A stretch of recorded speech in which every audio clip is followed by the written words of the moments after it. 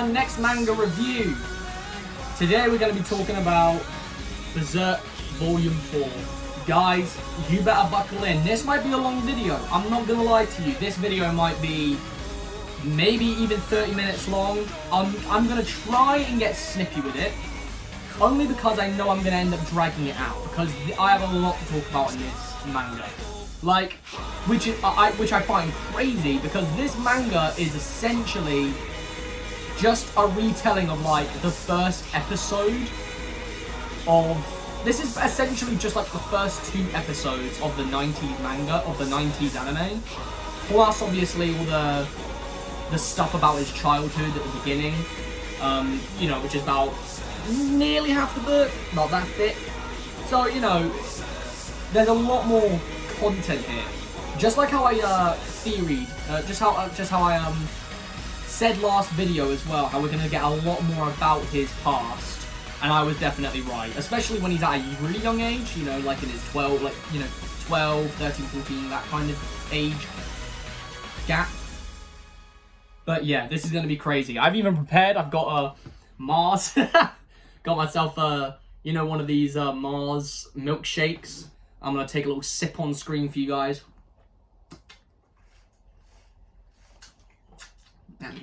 Good. I also want to give a shout out to all you guys that have left comments, just leaving love and support and saying that you can't wait to watch my videos. It literally means the world to me. It makes me so happy. I love the idea that people are even watching my videos at all to the very end, and I'm just mind blown by that. I really love you guys and all of you people that are watching. So, Berserk Volume 4. Now, the way this volume starts is very... I mean, it is brutal. It is just brutal. So, if you don't remember and you haven't watched the last video, Volume 3 ended in a quite disturbing way where we've learned that Guts is about to be used. I don't really know how I can say it on YouTube, because I know you're not allowed to say the R word. But if you know what R word I'm talking about, he's about to be R worded. Gambino, who's Guts's, Guts, I don't know how you would say that, who is Guts' dad, I'm gonna call him a dad, but more like parent, if that makes sense. The one who's, like, you know, feeding him and kind of keeping him safe in that sense. The one that's looking after him. Well, looking after, I don't really know how to say that. This one guy has paid Gambino off to essentially go and R-word Guts. And it really goes into it, like, Guts is crying, he's got tears, he's fighting back. And that's when this guy drops, he drops, if I can find it, "I bought you for the night, paid Gambino 3 silver coins." And this is where Guts just stops fighting and tears are coming out of his eyes. He just doesn't believe it. He just thinks it's a lie. We get a really disturbing shot. I can't show it because, you know, it's really disturbing. But if you can imagine what I'm looking at, then that's, you know, you don't really need to see it.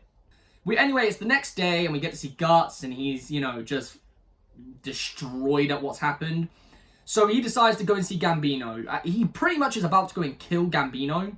But we realise that maybe Gambino didn't actually sell him out. Gambino's got a little bit of a chill attitude in this morning. While Guts is obviously really traumatised, Gambino kind of is just passing it off. Now, I know, even before it gets to it, I knew Gambino did it. Because obviously he goes to Gambino and says, so I knew Gambino was just bullshitting.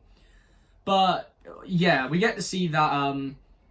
he kind of plays it off as if nothing happened, and it starts to really with Guts' head. So he just gets angry, smashes a barrel, and he just doesn't believe that Gambino did this. We get to see another shot, and this is what I really love. This really pushes Guts' character in a very formal way. You know, if you don't know who Guts is, if you don't know what kind of character he is, although he seems to always have scenes like this, it seems that every scene that we get with Guts, it really portrays just straight up what character he is. We get to see they're going to go into a battlefield, and the guy's kind of giving Guts the eye, you know, the one who R-worded him. And he's on this horse, and it's a little bit tense. We just don't know what's going to happen. But Guts isn't crying or anything. He's just kind of letting it go on. They charge into battle, and everyone's, shooting each other, slaying each other. Guts ends up shooting this guy when everybody else is kind of driven off. Guts shoots this guy in the back. And it is savage. Guts ain't taking shit. He goes up to him and he's saying to him, say it again. I dare you to say, who sold me out? And he actually is about to say it. He just says the word gam.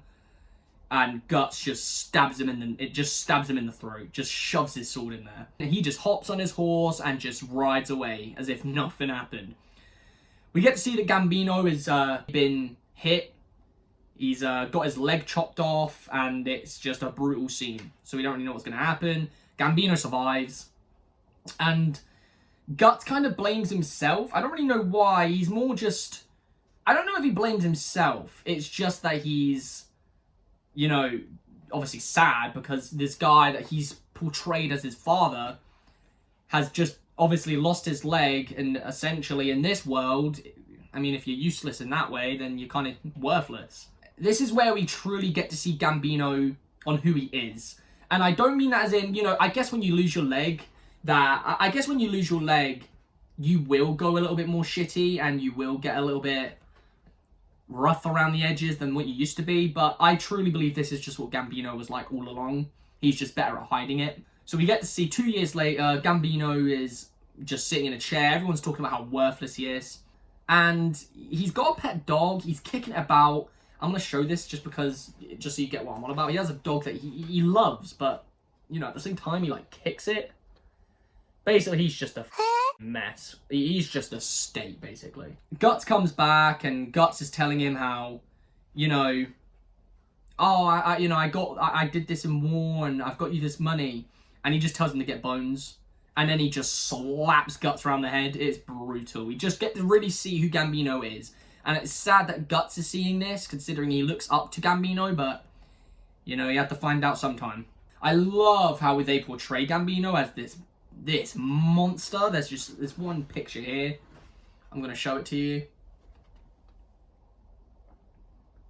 Gambino just looks like a monster. Like a straight villain. He starts around with Guts and swinging his sword about. And I love this picture. He looks kind of funny, but it's kind of creepy, but it's low-key kind of funny though. Let's just be honest. And this is where he finally tells Guts, "I sold you out." And Guts is just trying to soak it in. He thinks it's a little bit crazy. He's telling himself why. Everything's running around in his head at the moment. And you've got to imagine what Guts has already been through. This kid cannot catch a break. He's already been through so much. This dude, it's so sad. I don't even know where to start on it. I don't even know if I have to talk about it. You guys know if you've watched the videos and if you know who Guts is. But this kid, honestly, he's been through a lot. Gambino's about to come and slash him up.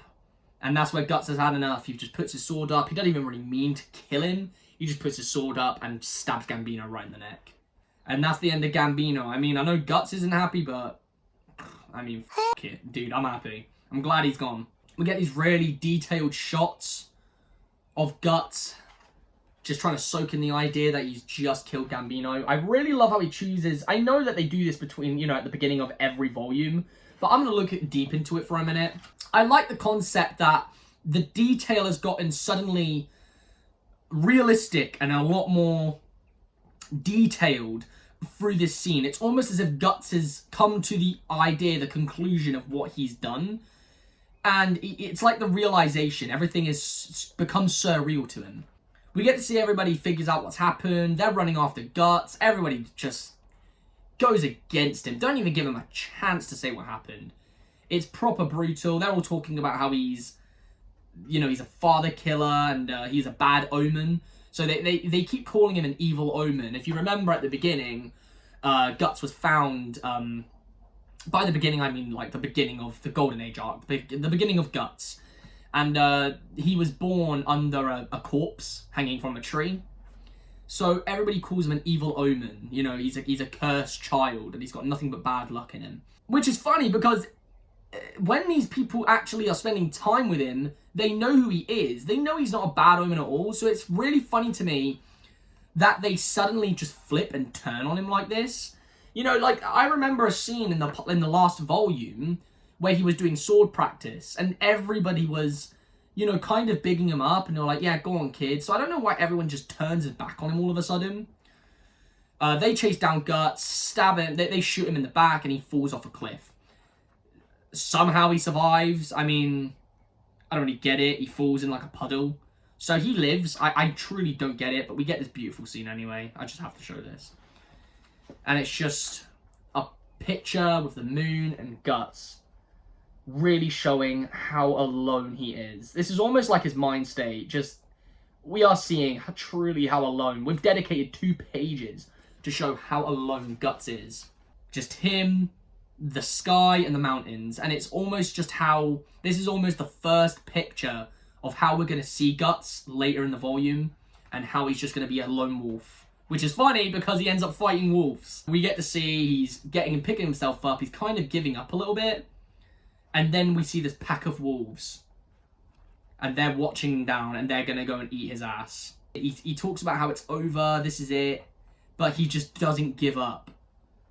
And I think this is his first little spur of who he is and how he can't give up. How he's always fighting. Because even in this state where he's saying it's over, I'm done, you know, this is it, he's still fighting these wolves. And he doesn't even get it himself. He's saying like, what's going on? And he's just fighting these wolves off. You know, he's slashing them up. And he just takes basically all of them down till the others like run off. Guts is falling down, and we think it's, you know, kind of definitely he's bleeding out. This band of mercenaries come to pick him up. It does like a whole 4-year later time skip. We don't know what's happened now. We see him at this battle fighting the amazing Bazuso. So this is now where the anime starts. So if you've watched the 90s anime, you'll know that this is where it actually starts in the show. Obviously, apart from his little kind of, you know, jump from the future at the very beginning of the first episode. But like, you know, you know, episode 2, this is where it starts, when it dives into the Golden Age arc. Anyway, we see Bazuso. Everyone's calling him this, you know, 30-man killer, and he's killed 30 men at once, and nobody's, like, wanting to step to him. Obviously, we get to see Guts, a little time skip. He's looking like a badass. He's on some Mandalorian shit. I've got to show this off. He's on some, oh, it just looks cool as hell. And he's in, like, this armor. He's just looking badass. I love this. I just really love that. And I feel like it's necessary to have that 4-year time skip. You know, we've seen him as a child. We've seen what's happened. Picked up by these group of mercenaries. Probably not much else happens. You know, we know that he's now disconnected from people. So that band of mercenaries that picked him up, he probably never had a connection to him. And it's kind of sad that his life throughout that period was so lonely that it was almost just there was nothing important. It was a time skip. You know, a 4-year jump. That's like the way I'm looking at it. Yeah, it's sad. Anyway, we get to see that Guts has grown up a little bit. He's all about money. He's just doesn't care about what anyone thinks. Everyone's talking down to him. You know, what's this kid gonna do? And he just says, what money will I get for killing Bazuso? You know, he's obviously kind of hard, so I want a good pay, but I will take him down. It's badass. Everyone's just talking shit on him. Even Bazuso doesn't really think anything's going to happen. That's where Guts runs in. He's fast as boy. And he just runs, slashes his sword, gets to the side of Bazuso. Bazuso actually gets a hit on him, but Guts cracks his axe. So when Bazuso actually smacks Guts in the head, he completely cracks his axe open, doesn't damage Guts at all, and Guts gets a nice slash to the side, killing Bazuso. This is like a 5-second battle, 10-second battle at most. You know, this one guy that everyone was too scared of, Guts is taken down. We get to see this awesome shot as well, where Guts is just this child. You know, everyone's looking at Guts as this kid. We finally get to see when Bazuso takes him seriously, what Guts looks like through his eyes. And I don't know if you can see that, but Guts' face just pure black. And he's just like this demon. I love it. It's awesome. It really shows when Guts gets the better of you, how people view him. Truly, they view him as a monster. They view him as death. So anyway, we get to see that, you know, everyone's amazed and everyone's just carrying on into battle. Even Guts just carries on as if nothing happened. We finally get to see him. We see Griffith on top of the balcony with his you know, I'm not going to say it, but his friends, and they're watching down, they're saying, wow, that guy's strong. And then one of them says, who's stronger, you or him? Griffith doesn't even answer, he just leaves it, and carries on, you know, he just walks away, saying the castle's done for, let's go. We get to see Guts talking with the main guy that he worked for, you know, obviously just for this one time. He gives him his money. This guy is proper arse-licking Guts. He's saying, you know, that was amazing out there. You need to work for me. I'll give you, like, double pay. 3 times pay. And you can be my squire. All of this shit. Guts doesn't really care. He's just checking that his money's real. That's where we get to see, obviously, what the toll of, you know, everything that happened with Gambino and the other guy. We finally get to see what kind of toll that's taking on him. You know, the guy tries to grab Guts on the arm. It's nothing harsh. He just kind of, like, gives him a little hold. And Guts just flips his shit. He's shouting, don't touch me. And he says, don't you ever touch me. It's proper brutal. Like, the guy's scared of Guts. And Guts just decides to walk away. It's a really sad scene. It's, you know, it's something we don't want to see. Which is funny, because in the anime, when I seen this, you know, I kind of thought, wow, what a badass. You know, the first time I watched it, wow, he's cool. Like, you know, he just told that guy to bounce off. But now reading it in the manga, knowing why he's like this, it's, you know, really sad. You know, he can't even let somebody touch him. As Guts is walking away, we finally get to see who this little gang was. They're all sitting on the top of the hill. They spot Guts. We finally get to see Caucus. He's kind of talking shit. He's saying, yeah, I'm going to go and kill this guy. I'm going to go and loot him. I'm going to take all his money. He asks Griffith if it's okay. You know, we don't really get a good shot of his face. We just get to see him laying on the grass. It's very clear that from these shots, Griffith is the boss. You know, everyone's just talking about his name. Everyone's asking him if they can do what they're doing. Anyway, they go down to try and attack Guts.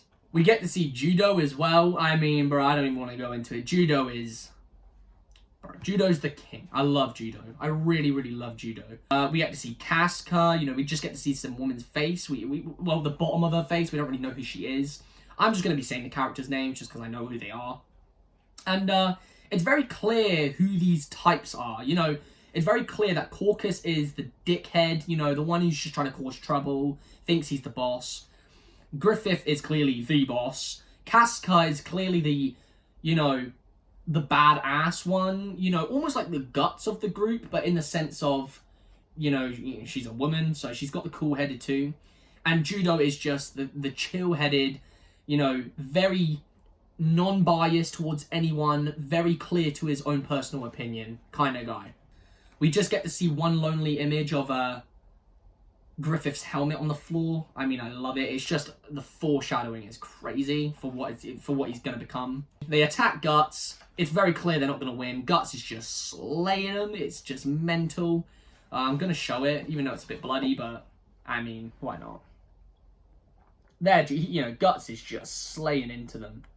It's mental, and it's only when Griffith tells Casca to actually go and take care of it. So, no, he clearly knows this guy, he's never even met before, is easily taking on his own men.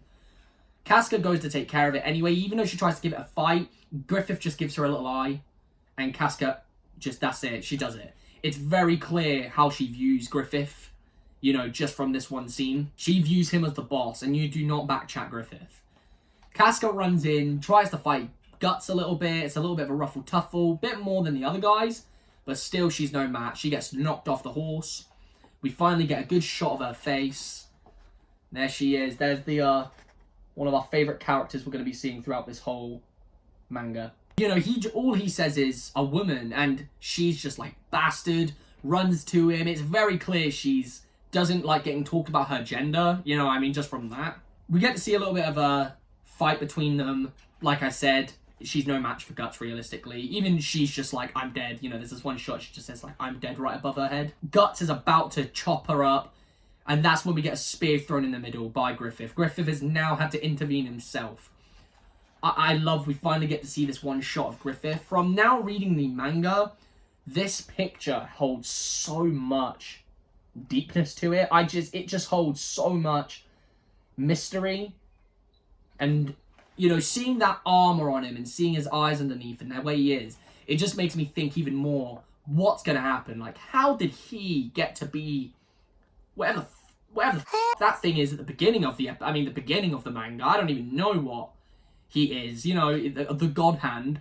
I want to know now how he becomes that. We get to see they have a little talk. Griffith actually doesn't want to fight. That's the funny part. It's only Guts that kind of goes in. He doesn't care. And it is just clear, you know, I love this jump from Guts being the, you know, the automatic slaying machine to one-tapped. Like, he just gets one-tapped by Griffith. Griffith knows his ability, and he's fond of it. You know, he believes in himself. Guts is even saying, you know, this guy's quick, you know, what's going on? But he gets back up, and that's what blows everyone away, even Griffith. Griffith's amazed that this guy stood back up from an attack like that. You know, here it is here. You can see that Griffith's just watching. He isn't even attacking. He's not even trying to. He's just letting him do his thing. He goes in again for another hit, and, I mean, he gets tapped again. That's it. He's out. But the idea that he was not giving up, he got up to fight Griffith again after being stabbed right in the shoulder. He doesn't quit. I think that's what grasps his attention. That's what intrigues Griffith at first about this guy. Obviously, as well, seeing him destroy this big, huge, like, armored dude at the beginning. We get to see a really nice detailed shot of Griffith and what he looks like. I mean, low-key, I thought it was a girl. Like, when it first came on, I was like, bro, who is this? But no, that's Griffith. He's just a pretty much... We get to see a little flashback scene with Guts and, you know, clearly... I mean, what I said earlier, how it all took a toll on him. I mean, this kid's going through... this kid's going through something. I don't even mean to laugh. It's just, yeah, like, he's still dreaming about it. You know, he's viewing this guy that R-worded him as this big monster chasing behind him. He's like this little naked kid. It is just brutal. He runs into Gambino. Gambino's saying, you know, it's your fault you killed, it's your fault I'm dead. You know, I wish you died instead. And, you know, Guts is really blaming himself. And we get to see all of these skeletons saying, you should have died, you know, you should have died repeatedly. It's clear Guts is going through some stuff. And here's a nice detail. We get to see Guts laying in bed in his kind of, you know, dream state with Casca laying naked with him. You know, we see why later. But this is something that's not in the anime. He's talking about, don't touch me, stop, with Casca on top of him. I love that even though it's a woman, that's, you know, he's clearly attracted to, it's not even about that. Like, that's out of his mind. It's almost still, I don't want anyone to touch me. And he repeats it to her, and, you know, obviously in his mind, but he's saying, don't touch me, don't touch me. And it's really sad that, you know, he can't let anyone open up to him. He finally wakes up, he remembers everything that's going on, and we get to see, you know, he steps outside the tent. They've taken him into a tent, and they've looked after him, they've bandaged him up. And it's, you know, there's a clear argument going on between Casca and Griffith. We don't know what's going on, though. She walks over to Guts, punches him in the stomach, and walks off. This is where we get our introduction to judo. I mean, we had it a little bit earlier, but this is the real introduction. We get to hear him talk. He's basically telling Guts to get up. He's saying, you know, Casca's only angry because she had to lay with you for 3 days, and, you know, you were losing a lot of blood. But, you know, we looked after you, and talks about how Griffith told her warming on man is a woman's duty. It's very clear what kind of person he is, especially to Casca. We get an introduction with Griffith and Guts. You know, they're not fighting, they're just talking, and Griffith is just being nice. He's saying to him, you know, this is an amazing sword. You know, Guts' sword is huge. He's saying, you know, I could never wield something like this. How do you do it? And we get to see a little bit more we get to see a few more characters. We've got Ricket, you know, he's this little boy who's just with the band of the Hawks, and he's just kind of, you know, learning from them, taking what's, you know, soaking in what's going on. We get to see Pippin, you know, you have to love Pippin. You know, Pippin's the OG. But yeah, we're finally getting to see all these characters in their own shape, in their own form. You know, we've spent a lot of time on Guts, especially through, 4 volumes now, so we're finally starting to get an introduction to all of these different characters that Guts can kind of be with and share his personality with. Guts and Griffith go to the top of the hill. Griffith tells him how, you know, I seen you in your fight with Bezuso, you know, you were pretty good, But he's brutally honest. So he tells him, you know, if you didn't crack that axe, he would have chopped your head off. And that's just a fact. And Guts just tells him, probably, yeah, that's true. This tells a lot about Guts. He clearly doesn't care. And, like, Griffith catches on to this as well. And he tells him, it's very clear that you know, you're reckless. You don't even care if you die. But that's almost what pushes you to be so good. You don't even care if you're gonna die. You just keep pushing forward and you're fighting. We get to see this photo of Griffith and it's proper creepy. I don't like it. He has this really cutesy, you know, he's just telling Guts, I'm taking a liking to you, but he's so creepy. Yeah, I don't like it. Really, I love this image just because it's really shows what kind of character Griffith is. You know, he seems nice on the outside and he looks pretty and blah blah blah, but there's something unnerving about him. There is just something really unnerving. He even tells Guts, I want you. You know, he's looking at Guts almost as a toy, as if he's just like this object that he can obtain for himself. It's pretty weird. Casca's listening to all of this, by the way. She's like hiding behind a tree. Guts is telling him, you know what, this ain't gonna happen. Let's fight. You know, if you beat me in a sword fight, you can have me. You can do whatever you want with me. If I beat you, I get to kill you. Griffith just says, yeah, that's fine, let's do it. This is where we finally get to see them really showing what kind of characters they are and what's so different and about each character. As they're fighting, it's clear that Griffith is the better sword wielder.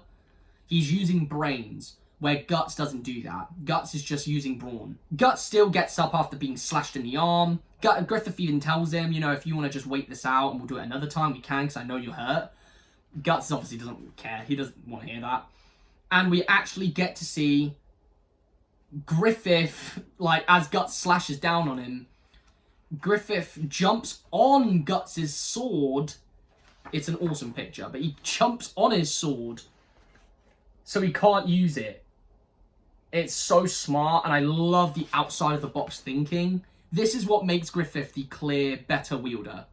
When he tells him, you know, give up now, I've got you, he's got his sword to his neck. This is where Guts does the complete unexpected, and this is what blows Griffith's mind. This is what using your brain is. Don't get me wrong, it's stupid, but this is what using your brain is. And he just bites Griffith's sword, stops him from using it, and it's clear Guts will not give up. He's not a quitter. He will always push, no matter what. Guts flings Griffith off the sword, they roll down a hill, and everybody watching were all cheering for Griffith. And I mean, they still are, but they were all cheering for Griffith. They thought it was a clear winner. This is where they all start to get shocked. Nobody's speaking. They're thinking, oh shit, is Griffith losing right now? It's very clear that there's an actual fight going on here that could go either way. When they go down the hill, Guts gets a few punches. Griffith just grabs his arm, tells him, I'm gonna dislocate it. Quit now, or I'll dislocate it. He says, I'm not quitting. He dislocates the arm. And everyone runs, oh no, Griffith, I knew you would win, but there was a very clear, lot of people kind of lost faith in Griffith a little bit. And this is where we get the scene, now you belong to me. He clearly looks at Guts as an object. He's just a toy to use. He tells him, well done, welcome to the Hawks. I forgot to mention earlier, but these people are actually known as the Band of the Hawk. So this group of mercenaries are actually called the Band of the Hawk. They're like, renowned throughout the land. Everybody knows them. And we've learned that they're just basically a bunch of teenagers. Guts is thinking about this all night. He can't quit. And we get to see another shot of people trying to get into Guts' tent to kill him. Obviously led by Caucus, once again. Casca's not letting them. It's only by orders from Griffith, but it's, this again kind of shows what kind of character Casca is. Guts goes back into his tent and he's just alone. He's just sitting by himself. It's really sad. We finally get to see their first battle. I don't know how long of a jump this is, but they're doing a sneak attack from behind of this certain group. Griffith gives Guts the job of being the rear guard. This is a very dangerous job. This means that he has to protect everybody ahead of him, and he also has to take all the damage that's going to be coming from behind. So when they're chasing them, they're going to be targeting on Guts. Everyone's thinking, oh wow, it's clearly, you know, he just wants Guts to die. He's using Guts as a toy, basically. Casca thinks and uses her brain on it. She realizes this is a genuine job that's dangerous. Not only dangerous, you need someone reliable. It's a very important job. If we don't have a good rear guard, they're going to get through and they're going to get us. So we need a good rear guard. It's very clear that Griffith trusts Guts. He's only met him, and he trusts him to be the rear guard. He trusts Guts to be their defender. We get to see Guts walking through the lake. You know, it's a windy night. They're walking upstream, and this is where he starts to use his head and think, wow, well, this Griffith guy's actually got a bit of a head on him. You know, he kind of thinks outside the box. You know, where Guts uses his brawn and not his brain, Griffith uses a lot more of his brain. They are very yin-yang. They run into battle, they, you know, get a clear win, and this is where the volume ends. We just get to see, right, from here on out, it's my job. And next volume, we're going to have to see if Guts actually does a good job. It's an awesome final little pick. And that's where the volume ends. That was a nice long video. If you guys still haven't read this manga, you need to get on this train, man. You need to really get and buy these and read them. I think they're like £9 a volume on Amazon. Definitely go and buy them. Give them a read. Amazing. I can't wait to get the next video out. These videos are just so... I almost don't want them to be too long because I don't want to lose the, you know... But, I mean, there's just so much we have to talk about with these volumes. Anyway, guys, if you enjoyed this video, remember to leave a like, subscribe. A lot more manga reviews, a lot more, you know, 1-minute reviews of chapters, different mangas coming out, box reviews, movie reviews, everything, all sorts. Turn on notifications as well, because, you know, that's going to be, you know, where you'll see my videos pop up. Anyway, guys, I'll see you in the next video.